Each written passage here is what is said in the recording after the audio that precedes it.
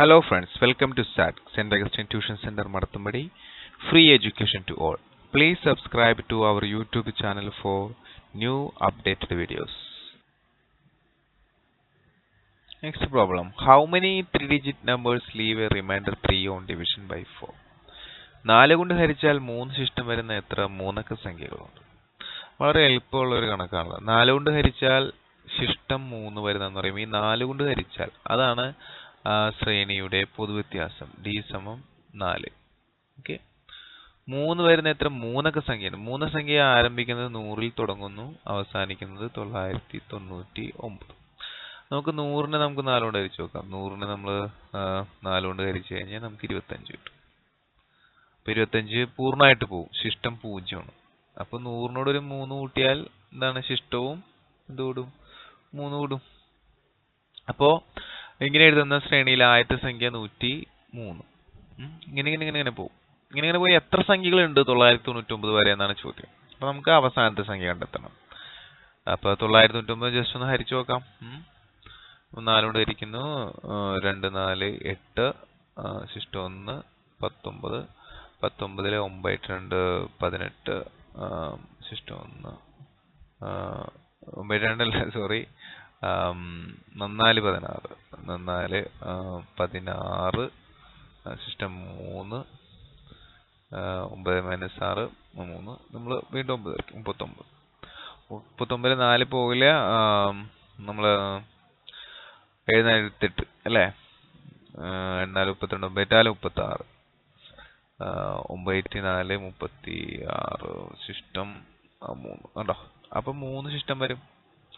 അങ്ങനെ വരുന്ന അവസാനത്തെ സംഖ്യ എന്താണ് 999.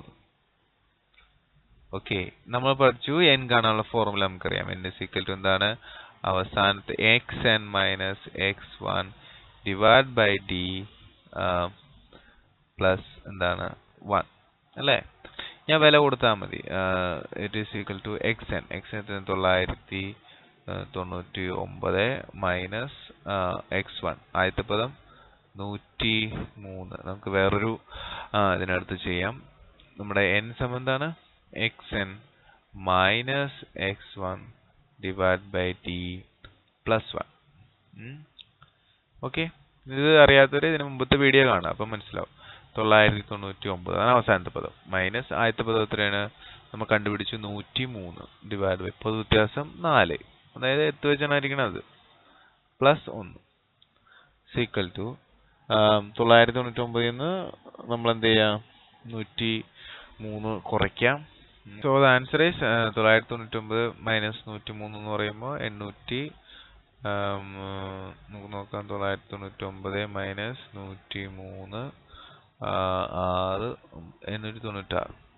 896/4 പ്ലസ് 1 ആണ് കിട്ടുക. നിങ്ങൾ 896 ഹരണം 4 ചെയ്യുക, അപ്പോൾ നിങ്ങൾക്ക് 224 കിട്ടും. പ്ലസ് 1 = 225. ഓക്കെ, 225 സംഖ്യകളാണ് 4 കൊണ്ട് ഹരിച്ചാൽ ശിഷ്ടം 3 വരുന്ന മൂന്നക്ക സംഖ്യകൾ. ഓക്കെ, അടുത്ത ചോദ്യം. Write down the sequences of the natural numbers which leave a remainder 3 on division by 6. What is the 10th term of the sequence? How many terms of the sequences are between 100 and 400? 6 കൊണ്ട് ഹരിക്കുമ്പോൾ ശിഷ്ടം 3 കിട്ടുന്ന എണ്ണൽ സംഖ്യകളുടെ ശ്രേണി എഴുതുക. ഈ ശ്രേണിയുടെ 10ാമത്തെ പദം എന്താണ്? 100-നും 400-നും ഇടയിലുള്ള എത്ര സംഖ്യകൾ ഈ ശ്രേണിയിലുണ്ട്? 100-നും 400-നും ഇടയിൽ നമ്മൾ കണ്ടുപിടിക്കണം. 10ാമത്തെ പദം കണ്ടുപിടിക്കണം. 6 കൊണ്ട് ഹരിക്കുമ്പോൾ ശിഷ്ടം 3 കിട്ടുന്ന എണ്ണൽ സംഖ്യയുടെ ശ്രേണി എഴുതണം. ഇത് വളരെ ചില കുട്ടികൾക്ക് വളരെ തെറ്റിദ്ധാരണ വരുത്തുന്ന ഒരു ക്വസ്റ്റ്യൻ ആണ്. അപ്പോൾ നമുക്കിത് രണ്ട് രീതി, ഞാനൊരു പ്രത്യേക രീതിയിലാണ് ചെയ്യാൻ നോക്കിക്കോളൂ. 6 കൊണ്ട് ഹരിക്കാൻ പറ്റുന്ന സംഖ്യ 6-നേക്കാളും വലുതാണല്ലോ. അപ്പോൾ 7 8 9 ഇങ്ങനെ പോയാൽ 9-നെ നമ്മൾ 6 കൊണ്ട് ഹരിച്ചിരിക്കും. 9 × 6 1 6 6, ശിഷ്ടം 3. അപ്പോൾ നമ്മുടെ ഈ പറഞ്ഞ സാറ്റിസ്ഫൈ ചെയ്തു. എന്താണ് 9 ആണ് ആ ശ്രേണിയിലെ ആദ്യത്തെ സംഖ്യ. കത്തിൽ 9 അല്ല. അപ്പോൾ 9-നെ നമ്മൾ 6 കൊണ്ട് ഹരിച്ചാൽ എന്ത് കിട്ടും? ശിഷ്ടം 3 കിട്ടും. ഈ 9-നോട് നമ്മൾ ഹരിക്കുന്ന സംഖ്യയായ 6 കൂട്ടിയാൽ തൊട്ടടുത്ത സംഖ്യ കിട്ടും 15. നിങ്ങൾ വീണ്ടും 15 6 കൊണ്ട് തിരിച്ചു നോക്കിയേ. 15 ഹരണം 6, 2 6, 12, ശിഷ്ടം എന്താണ് 3.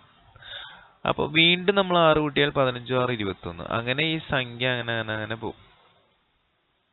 പക്ഷെ ഇവിടുത്തെ ചോദ്യം 6 കൊണ്ട് ഹരിക്കുമ്പോൾ ശിഷ്ടം 3 കിട്ടുന്ന എണ്ണൽ സംഖ്യകളാണ്. അപ്പൊ നമുക്കറിയാം ഒരു സംഖ്യാശ്രേണിയിലെ തൊട്ടടുത്ത പദം കാണാൻ 6 കൂട്ടിയെങ്കിൽ അതിന്റെ മുന്നത്തെ പദം കാണാൻ 6 എന്ത് ചെയ്യണം? കുറയ്ക്കണം. അപ്പൊ 9 ന്ന് 6 പോയാൽ ഇവിടെ എത്ര കിട്ടും? 3. ഉണ്ടോ? ഇനി അതിന്റെ മുന്നിലോട്ട് നമ്മൾ കുറയ്ക്കണം, കാരണം അതിന്റെ മുന്നിലോട്ട് കുറച്ചാൽ 0 താഴെ പോകും. അപ്പോ നമുക്ക് ഇവിടെ കിട്ടിയിരിക്കുന്ന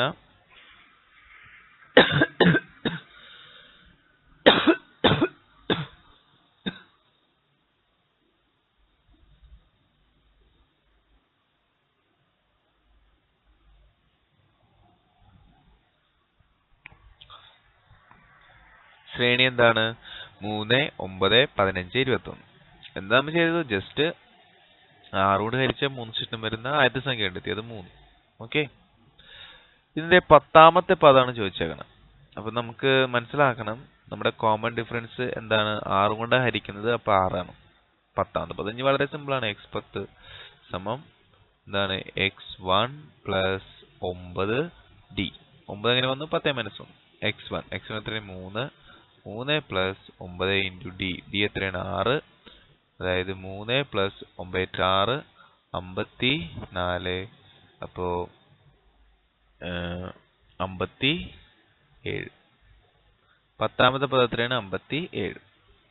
അടുത്ത ചോദ്യം എന്താണെന്ന് വെച്ച് കഴിഞ്ഞാൽ എന്താണ് അടുത്ത ചോദ്യം? നോക്കണം. ശ്രേണി എഴുതുക. നമ്മൾ എഴുതി. ശ്രേണിയുടെ 10ാമത്തെ പദം. 100നും 400നും ഇടയിലുള്ള എത്ര സംഖ്യകൾ ഈ ശ്രേണിയിലുണ്ട്? 100നും 400നും ഇടയിൽ. അപ്പൊ നോക്കാം നമുക്ക് 100നും 400നും ഇടയിൽ എത്രയാണെന്ന് അറിയണേ. ആദ്യം 100ന് ശേഷമുള്ള 6 കൊണ്ട് ഹരിച്ചാൽ ശിഷ്ടം 3 കിട്ടുന്ന സംഖ്യ നമ്മൾ എത്രയാണെന്ന് അറിയണം. 100ന് ശേഷം അതിന് നമുക്ക് കിട്ടുന്നത് 100ന് ശേഷം 105 ആണ്. 105നെ നമ്മൾ 6 കൊണ്ട് ഹരിച്ചിട്ടായിരിക്കും. അപ്പോൾ 10 6 ഒരു പ്രാവശ്യം 6 ശിഷ്ടം 4 45. 67 6 42 3. അപ്പൊ നമുക്ക് അതിൽ കിട്ടുന്ന ആദ്യത്തെ സംഖ്യ എന്താണ്? 105.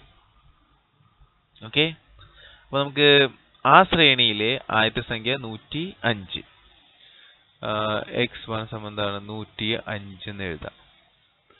എത്രയാണ് നമ്മുടെ ചോദ്യം? 100നും 400നും ഇടയ്ക്കാണ്. ഓക്കെ, അപ്പൊ 100നും 400നും ഇടയ്ക്കൽ സ്റ്റാർട്ട് ചെയ്യുന്ന 6 കൊണ്ട് ഹരിച്ചാൽ ശിഷ്ടം 3 കിട്ടുന്ന ആദ്യത്തെ സംഖ്യ എത്രയാണ്? 105. അപ്പൊ ശ്രേണിയുടെ തുടക്കം 105.